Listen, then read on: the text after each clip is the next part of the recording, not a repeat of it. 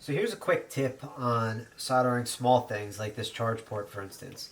Almost as important as putting solder here, tinning your wire is just as important. It helps to make a solid connection and make the solder stick much easier. So first thing you'll want to do is just braze your wire like this. You just want to tin the end of it. All right, just get a little coat of solder on there. Go to your charge port. Usually what I do, if there's a cup, I'll go from the top and then I'll bring it underneath and it just fills the cup nicely without getting on the top, over the top. Okay, then we take our tinned wire, heat again from the top, stick it in the cup and bring it towards the back. And don't let it move. There you go. Quick, clean, easy way to solder a charge port wire.